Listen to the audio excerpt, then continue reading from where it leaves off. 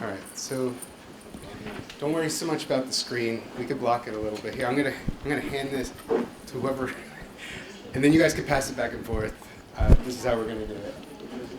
But Ken, you got to start with it though. Let's start with just introductions, if you don't mind. So maybe you can take that and pass it down, and everybody can, if you don't mind, introducing yourself and just tell us about your research, your experience, and where you work and what you work on. Got it. All right. Thank you, Ken. Good afternoon, everyone. Thanks for the invitation to speak. I'm Ben Reading at North Carolina State University. I'm in the Department of Applied Ecology, and I work with striped bass and hybrid striped bass aquaculture, and we run the Striper Hub with North Carolina Sea Grant out of NC State University. How you doing? I'm John Stieglitz from the University of Miami. Those of you in the room saw my talk earlier, so you know who I am. Thank you. Hi, I'm George Nardi with Innovacy, and somewhere over 30 years of commercial production with a variety of marine species, and I work closely with three of our sister companies in production: Open Blue, Blue Ocean Mariculture, and Earth Ocean Farms at the hatchery and farm level. Hi, my name is Kevin Stewart. I'm with Hub SeaWorld Research Institute. I'm a research scientist focused on California yellowtail, local flounder species, California halibut, and white sea bass work, all at the hatchery level. Thanks.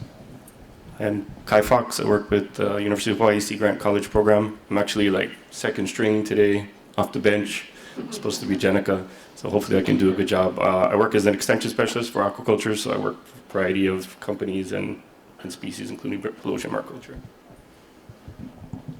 I don't know that you're second string. Come on. I asked you if you could help me connect with someone who works in Hawaii. That's fantastic.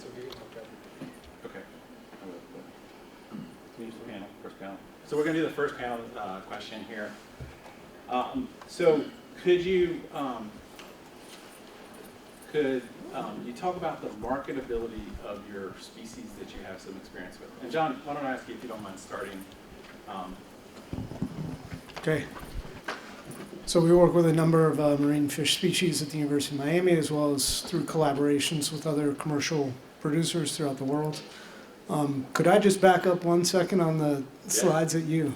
So I think it brings up an important distinction when you ask about which species do we think are going to be at that 10,000 ton level, right? And you saw the rankings in real time there.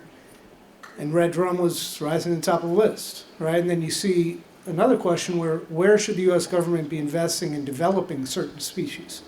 So I think there may be ones that may have the momentum behind them and the techniques developed already.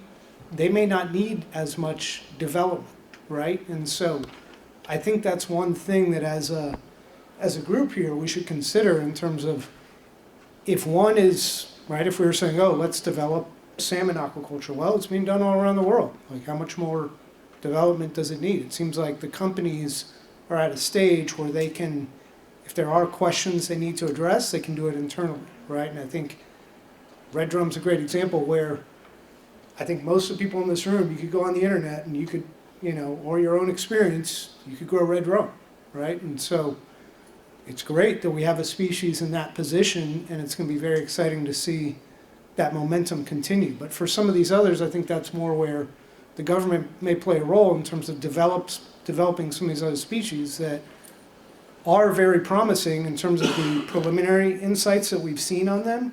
Triple tail, for instance, very fast growth rate, right? But not a lot of knowledge out there. So maybe that's one where you would say, and I don't mean to single that one out, there are a lot of others that fit in that category where having some assistance from the government to further develop them, get them to where the red drum is, then we have sort of a nice portfolio of species. Okay, so we have 5 red drum farms in the state of Texas, this great state here, right? Yes. And we have 2 red drum farms in the state of Florida. Yes. Right? And I'm not sure about any other red drums. Does anybody know any other red drum farms in the United States? There's lots of aquaponics. What's that? There's lots in aquaponics, but they're not 10,000 pounds. Oh, no, I didn't mean that. I just meant at any scale currently. There's lots of aquaponics ones. With red drum? Mm-hmm. Okay, all right. And maybe with those, could I just add that So- perhaps from a technological development standpoint, maybe that's not where the investment is needed.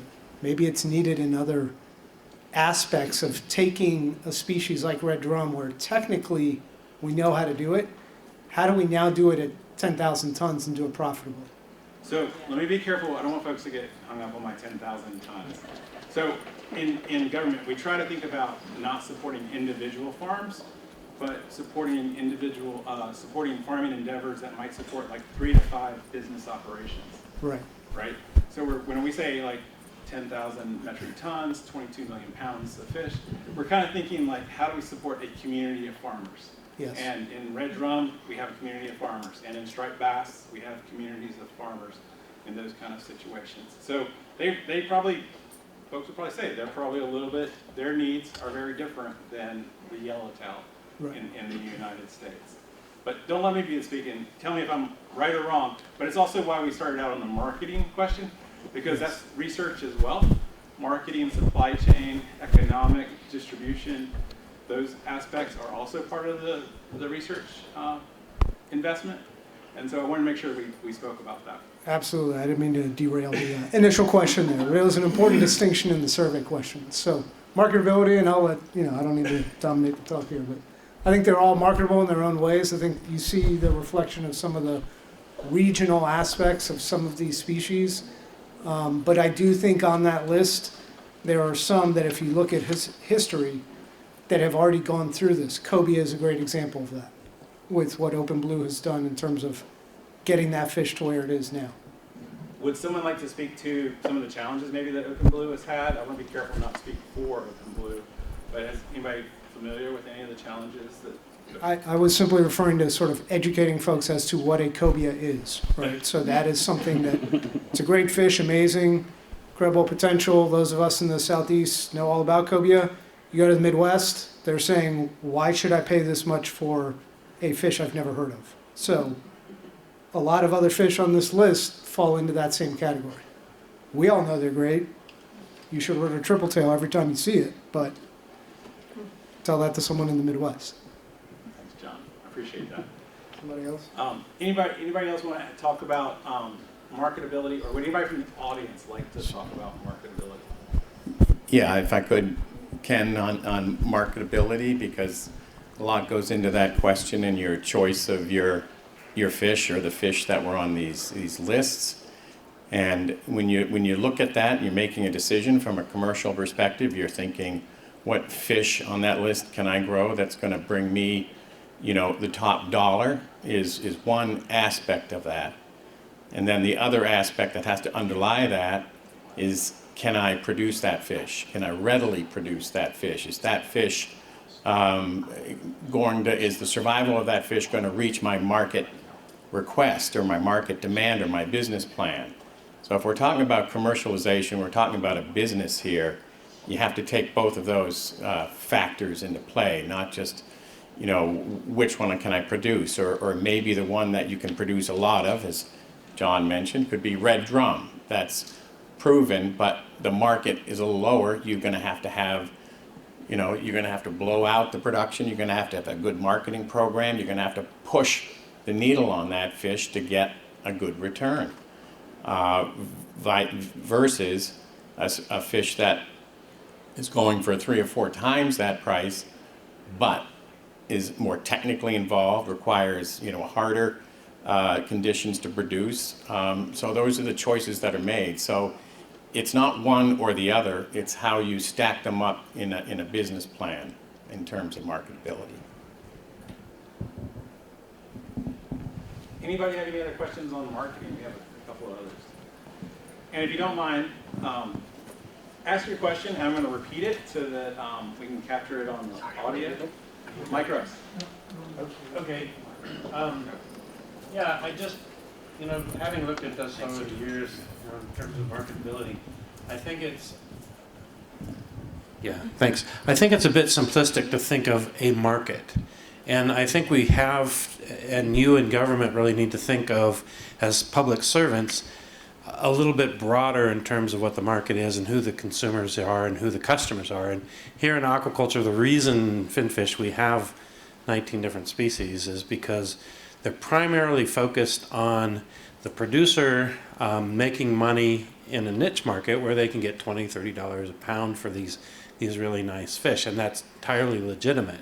But there's this whole other market that we kind of ignore, and that is the fish that go into the Costco that are affordable by the broad swath of Americans that are when you go in there now, you see salmon because it's gotten to that point where it is a commodity. The economy of scale has kicked in, and you're getting things for $6 or $7 a pound instead of $20 or $30 a pound.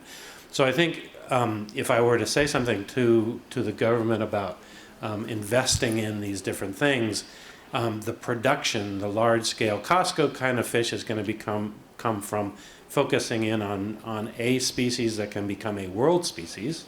And I would say no agency, no government has the resources to fully develop a species to the point where, say, Atlantic salmon has. That's a lot of research dollars. And also has a responsibility for these small niche markets where the United States is a very big place, and there's different species that are valued in different places. I mean, obviously, sablefish in the Northwest and tripletail in the Gulf, neither the two shall meet. So I think that there needs to be some strategic thinking about this where you can support both of those different kind of business opportunities. The ratio, I'll leave to you guys. Thank you. We had another question. Oh, it's okay. I think you summed it up really well. No need to repeat. All right. Why don't we go on to the next question? We have a question. I have a question back here. When you mentioned marketing fish, we're talking about marketing farm-raised fish. Are there state laws? If I go into a store, the word that really is a catch to me is fresh fish. You don't see wet-aged, dry-aged fish. That doesn't make it. But when you're selling a farm-raised fish, are there laws that you have to say in the store that it is farm-raised, or can you just sell it as fresh fish?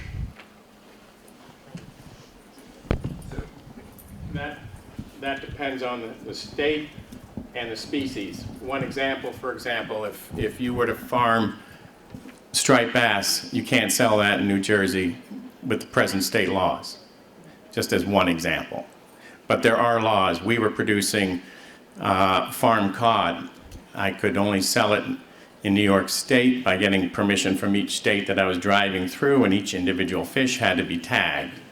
So, and that was a state law. So all of these, the markets, you have to understand your individual state you're producing in and the states you wish to produce in, and sometimes negotiate a path forward with the Atlantic State Fisheries Marine Commission and the relevant environmental or resource environmental authorities in those states to get permission, if it has, especially if it has a fishery management plan in place for that species in the wild.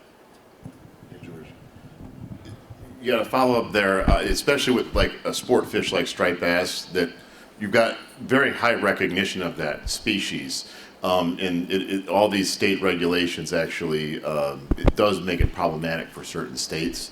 And so our strategy has been to do exactly what George has said, to differentiate the farm-raised product from the wild-caught one, and to have that very clearly stated. So this is not a wild-caught product, it's a farm-raised product, and then that helps with the traceability with the agencies who are managing the fisheries. Just to clarify, I think they were also asking, is there a law that makes it that you have to do it? I don't know if you have to say it's farmed. I think you have to say, the origin, the country of origin label.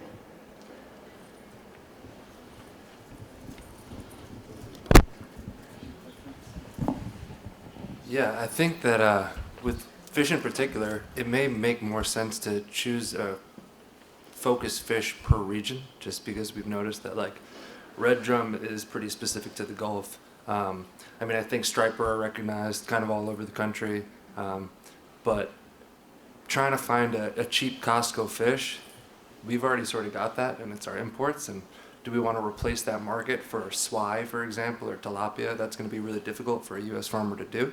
And maybe finding that mid-range sort of fish makes more sense at each kind of region, because we're never gonna we already have catfish. Catfish is the most produced fish in the U.S. and it doesn't need a marketing campaign. It's produced pretty cheaply and it still can't compete with foreign demand. So I don't know if that should be the goal. Those are great points. Yeah.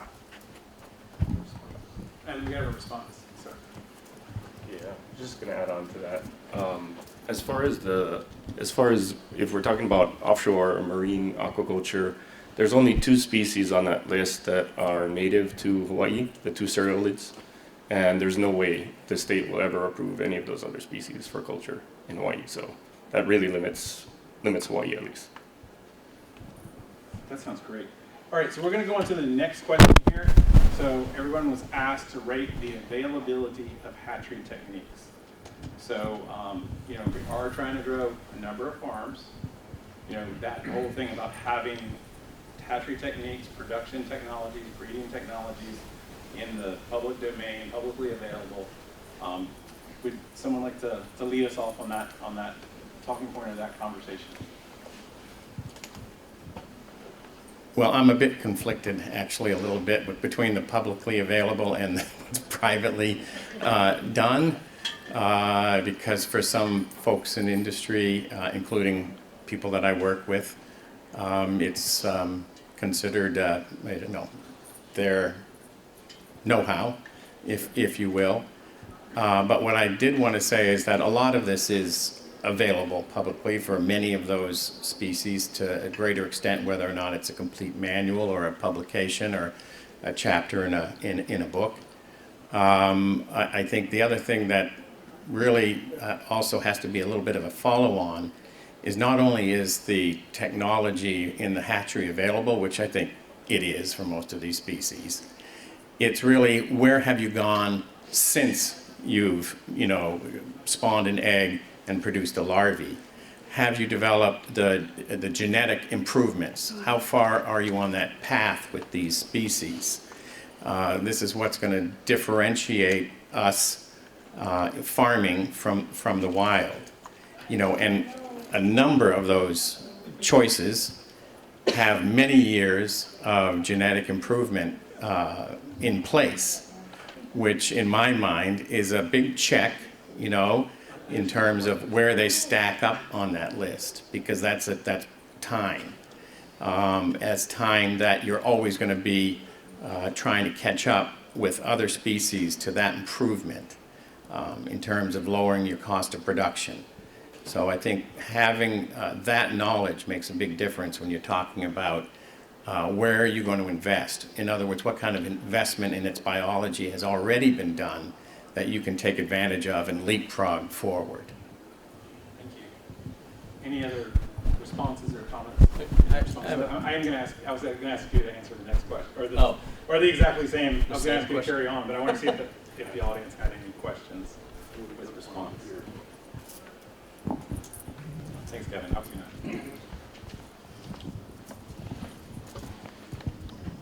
This is just a general comment. When you're interpreting this, the question was asked in an interesting way that if you read these comments, some people answered the ones that have readily available hatchery techniques, and some people answered it with the ones that don't have. So it's going to be very difficult to interpret people's answers. I think in the survey, you're seeing like the full question. I think it's cutting off the little below part here, which is, it's a continuation of the survey for the panel, which is, what do you, so participants were asked to rate the availability of hatchery techniques. What do you think are the biggest hindrance to, moving forward with hatchery techniques for these relevant species? So I apologize, this is our first run, and I didn't realize I was going to cut that off. But in the survey, you have it. So Rich, Kevin Stewart's going to comment. Yeah, thanks. Just to build on what George was saying, for Cerealis specifically, there's a lot of public knowledge just going through peer-reviewed journals and chapters and books to really build on to be able to rear the species. And I might be going ahead here, but what I really see for hatchery techniques is the workforce. And in the U.S., it's hard to, even in our situation where it's hard to, you're getting 1 or 2 year technicians and you have to reteach them. And to be able to have a workforce in place to be able to build upon is, I think, part of that hatchery techniques. I'm assuming it happens in other countries where you have people that are understanding about it, but it's probably also a problem there too, where you're having to teach the techniques, even if the knowledge is known by the people in charge, trying to pass that knowledge on to the ones that are actually doing the work and taking care of the larvae. I think that's part of it. No, I agree, and I appreciate you bringing up workforce, because we wanted to go that full continuum beyond market economics, but also workforce and extension. So if folks want to speak to extension roles in hatchery, those kind of things, please feel free. Anybody else want to add to this conversation? I could add. So in regard to, like, say, striped bass, we've been domesticating those fish for almost 30 years. We have not gotten a wild fish out of the wild for almost 30 years. We've been doing that with U.S. Department of Agriculture. This year, we're making the 8th generation captive bred line of domesticated striped bass. Since I came to NC State in 2003, those fish that we produced last year have a growth performance of over 100% better. They grow twice as fast. A lot of these other comments on here, such as disease resistance, handling stress, things like that, all have been improved. If you look back at the old literature, you see things like red tail and striped bass. I haven't seen red tail in over 15 years. And so you can breed these traits out. And to follow up on a comment that was made earlier at the federal support session, the opening talk there, talking about long-term visions in aquaculture, this is what we're talking about. This isn't a grant project you fund in a 2 to 3 year cycle. I just told you it takes 3 decades, but you can double the performance of your fish in 20. That's what we're talking about as far as getting those advances. It's long term.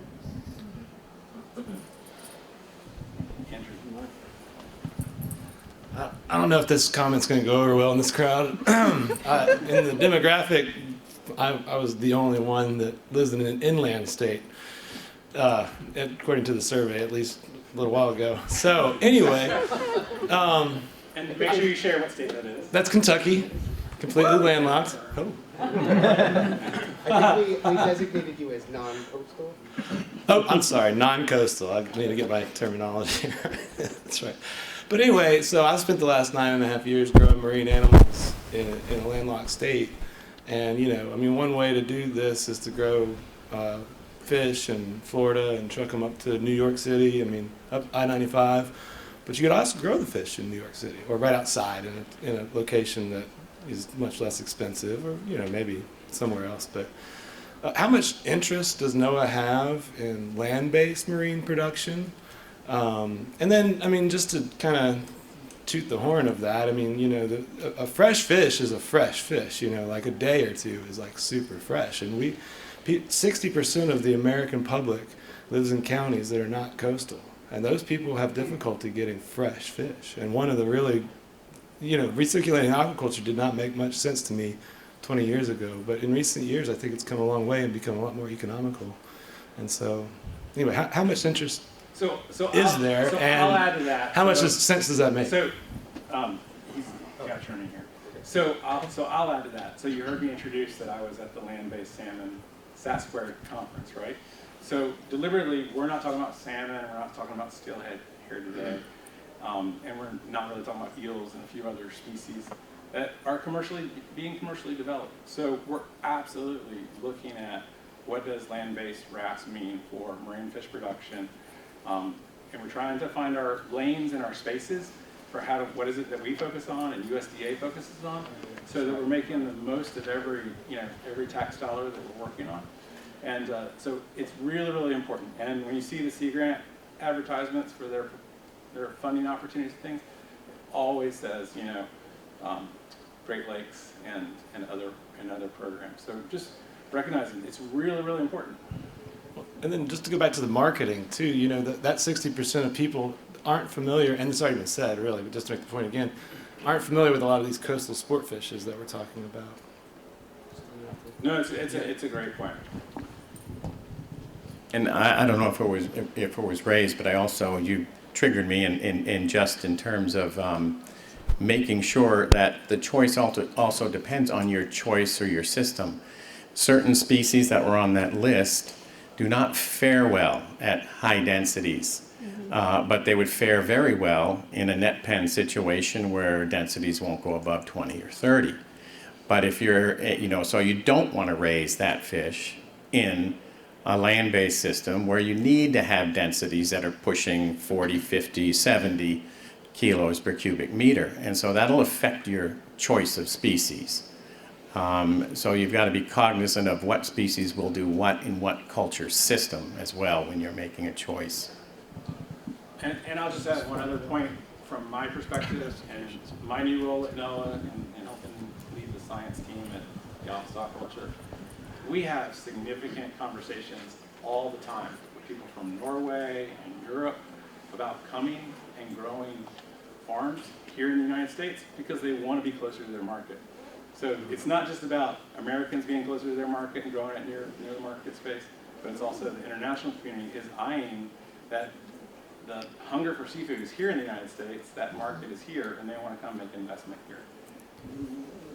Just in following up on a few of the topics that were discussed in terms of domestication, as well as land-based and high-density culture, there's one species that was up there, the olive flounder, that checks the box for all of those, right? In terms of this is a species that has been fully domesticated in other parts of the world, and we're fortunate enough to have them here in the U.S. now, and are now exploring opportunities through collaborations for land-based production of this fish in different regions of the U.S. And so that's one that, and it gets a high price.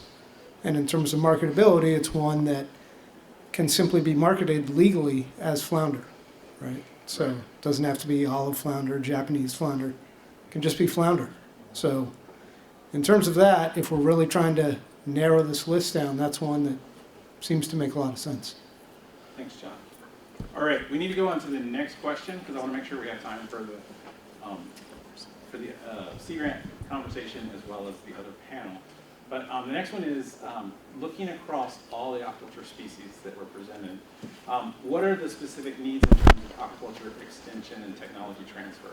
How can the cooperative extension or Sea Grant specialists and their extension services better support the aquaculture industry? Noting that we kind of have this, we're seeing less and less extension services in many states because of folks retiring out of the services and things like that. So we really want to think about how can we grow extension to support the industry needs. So would Sea Grant Extension from Hawaii, would you like to speak to? Sure. I mean, to our horn a little bit. I mean, we're doing work right now with Blue Ocean Mariculture for trying to address some of those domestication issues. They haven't been able to successfully spawn an F2 generation yet, so we're working on a Sea Grant funded project, collaborative between the land grant, Sea Grant, private sector, to try basically growing out broodstock in different locations, feeding them different things, exposing them to different experiments to try to see if we can't get them to spawn. So that's something we're doing. Fantastic.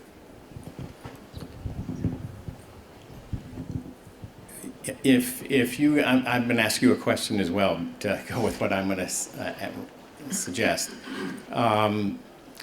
One of the areas that I see that in working with a number of companies that wish to get started, to get going, the hardest part, and I know it's not part of this discussion, is dealing with permits and understanding where to go and who to ask and what questions.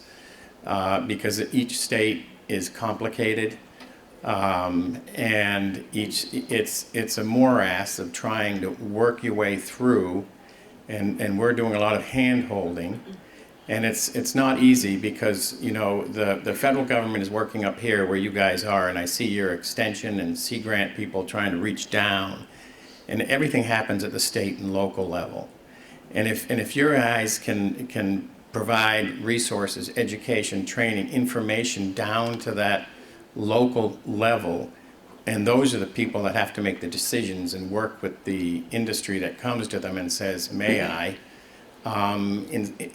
they can be better informed, better knowledgeable, and instead of taking the precautionary approach and saying no, they might say maybe, let's learn more. So that's where I would like to see a lot more help coming down to that local level. It's a great point. Seconded on yes. Any other conversations on extension? I've heard it. Yeah.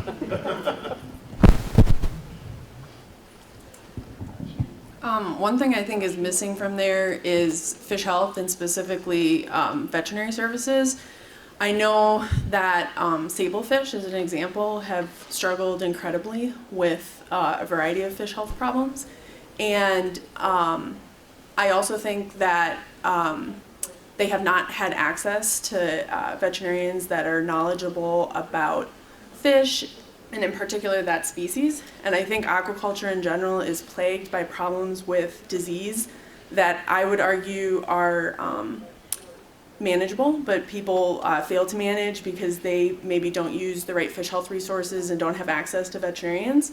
And I think that that's a super important part of succeeding with aquaculture species, and that fish farmers have a really hard time finding and accessing veterinarians that are knowledgeable about aquaculture and the species they're working with. And it seems like a perfect example of using extension to kind of provide one veterinarian in an area that can serve, many farmers.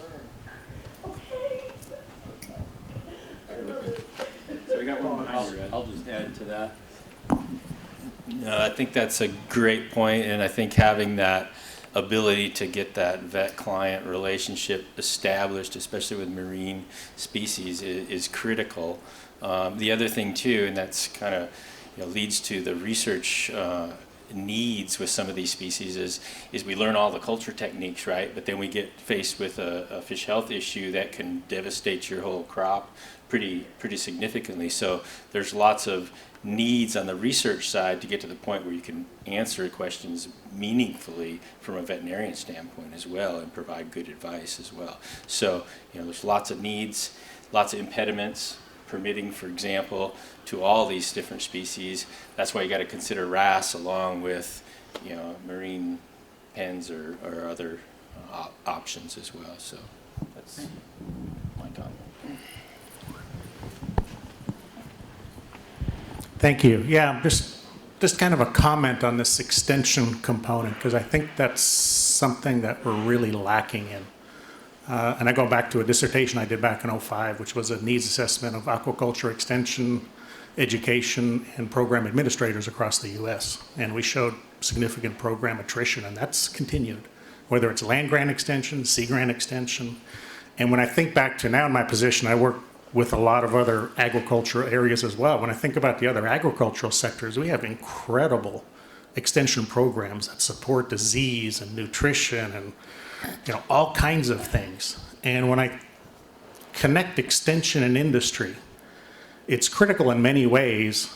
One of the things, and we've seen this, and we can just kind of look across, a lot of the good aquaculture folks that were in extension are now either in the private sector or in government, helping move some of these programs forward, but we haven't been getting the extension support across the U.S., and that's critical because, you probably get phone calls, I get phone calls all the time. Extension provides a unique, we had a lot of species there where we've got hatchery techniques, we've got phase rearing techniques, we have all these things worked out. But when we go into the production sector, it's amazing, without the extension support mechanism, how the hatchery technologies in a company or in a sector have drifted. And they're missing on the technical aspects of live feeds nutrition or cleanliness or stocking density or flow rate or particle interaction. And you can take that all the way through production. The extension folks are the smoke jumpers that jump in and go, oh yeah, you're good, but we've got some new technology here. We've got some new things there. We're losing that. And I think that's critical because the extension also connects the manufacturing sector with the R&D sector. And I think we're really, really missing the boat. And I don't have an answer. It's funding, but if we want to have a strong aquaculture sector, we have some companies that can run with something and they have the wherewithal and the funding and the vision, and they just push through. That's awesome. We need a lot more of that. But when we look at a majority of the sector, it's not that. It's small, it's startup, it's a little venture capital. We had some good success. And then there's these stumbling blocks as you increase your production or your company. And extension plays a critical role in those areas. And I think if we're really look for a deficit area in our U.S. aquaculture initiative, I think we're missing on a significant aspect, which I think is the extension, I think the nexus of this question. And how that gets achieved, I don't know, political will, stakeholder, groundswell, voting, you name it. But we're missing a critical piece, and I would say, I've been in aquaculture now about 30 years. We have less now than when I started. And I think that's critical. Yeah, and I think that's not in Virginia, it's nationwide, right? Absolutely. Yeah. So we have one more up here, and then we're going to thank our panel so that we have time. I know I'd love to dive in more, but we have two panels. And so it's also, if you don't know these folks throughout the conference, I want to make sure that you take time, in the socials, in the trade show, connect. Make sure you connect and build those relationships as well. Yeah, I just want to say real quick, because I didn't hear this part, as a regulatory agency, somebody that translates into the legislature would be great, because we struggle to get it to where striped bass are out of the bag limit. And we did so with a little power that could be taken away. So something that gets to the legislature that's translating exactly what needs to happen, because I can get you a permit in 10 days if it fits our roadmap. And if it doesn't fit our roadmap, you're going to get it in 10 years. So, so something where that works, so that you don't have to translate every single thing for every single state, as you mentioned, is on the state level. So, thank you. All right, so thank you to our panelists.